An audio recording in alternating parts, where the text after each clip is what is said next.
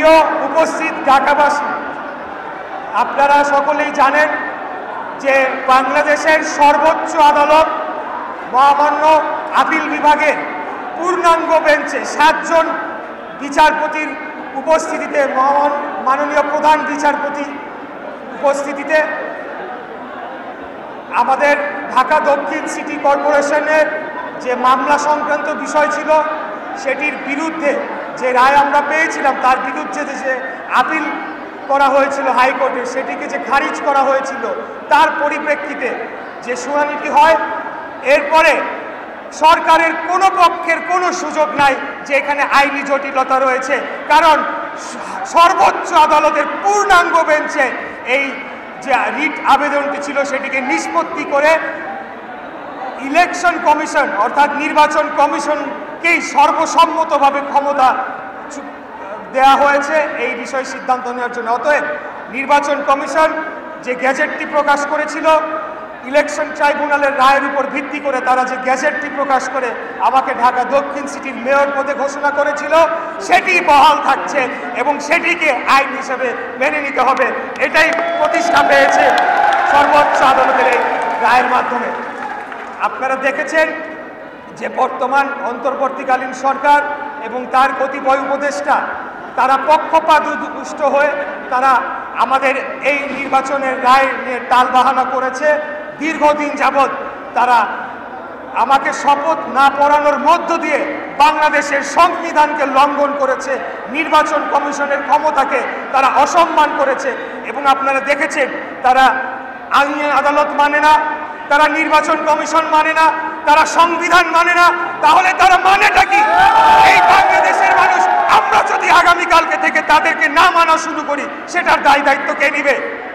তাদেরকে বসানো হয়েছে এই অন্তর্বর্তীকালীন সরকারকে একটি ছাত্র জনতার রক্তাক্ত গণ অভ্যুত্থানের পরে বাংলাদেশের সকল রাজনৈতিক দল এবং শ্রেণী পেশার মানুষ ছাত্রদের উপস্থিতিতে, বৈষম্য বিরোধী ছাত্র আন্দোলনের ছাত্রদের নেতাদের উপস্থিতিতে বসানো হয়েছিল, যাতে তারা শান্তিপূর্ণভাবে ক্ষমতা হস্তান্তরের যে প্রক্রিয়া সেটিকে সম্পন্ন করার মাধ্যমে জনগণের নির্বাচিত প্রতিনিধিদের কাছে ক্ষমতা হস্তান্তর করে।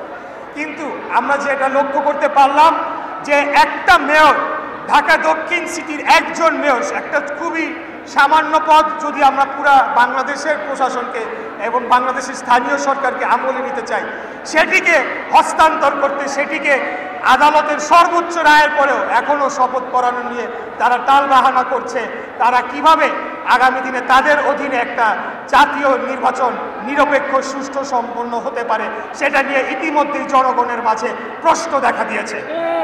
কাঠ ও পিভিসি ম্যাটেরিয়ালের সংমিশ্রণে তৈরি আধুনিক আরএফএল উডি ডোর, কাঠের চেয়েও কঠোর। এই সরকার তার নিরপেক্ষতা হারিয়েছে। আমি একটু ধারাবাহিকতায় যদি বলতে চাই, আমাদের এই আদালতের রায় এবং গ্যাজেট প্রকাশ করার পরে আমরা যখন সরকারের কাছে বারবার আবেদন জানালাম, বারবার লিখিতভাবে জানালাম, তারা কিন্তু তোয়াক্কা করলো না।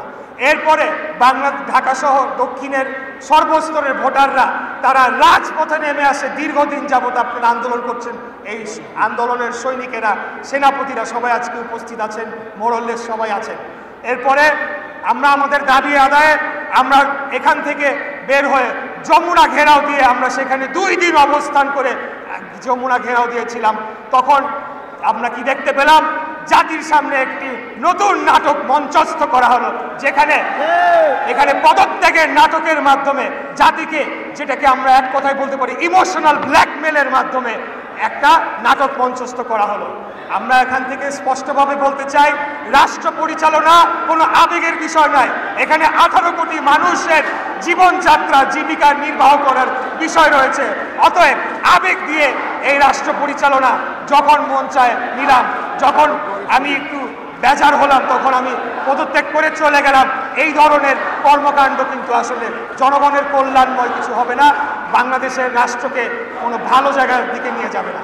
তাই আমরা বলতে চাই, আজকে পর্যন্ত আমাদের দল বর্তমান অন্তর্বর্তীকালীন সরকারের মাননীয় প্রধান উপদেষ্টা ডক্টর মোহাম্মদ ইউনূস সাহেবের প্রতি পূর্ণাঙ্গ আস্থা রেখেছে বিধায় গতকাল আমার দলের পক্ষ থেকে একটি প্রতিনিধি দল বৈঠক করে এসেছে এবং সেই বৈঠকে আমাদের বাংলাদেশ জাতীয়তাবাদী দলের স্থায়ী কমিটির অন্যতম সদস্য জনাব সালাউদ্দিন আহমেদ সাহেব উনি স্পষ্ট করে আমাদের বার্তাগুলা দাবিগুলা দিয়ে এসেছেন।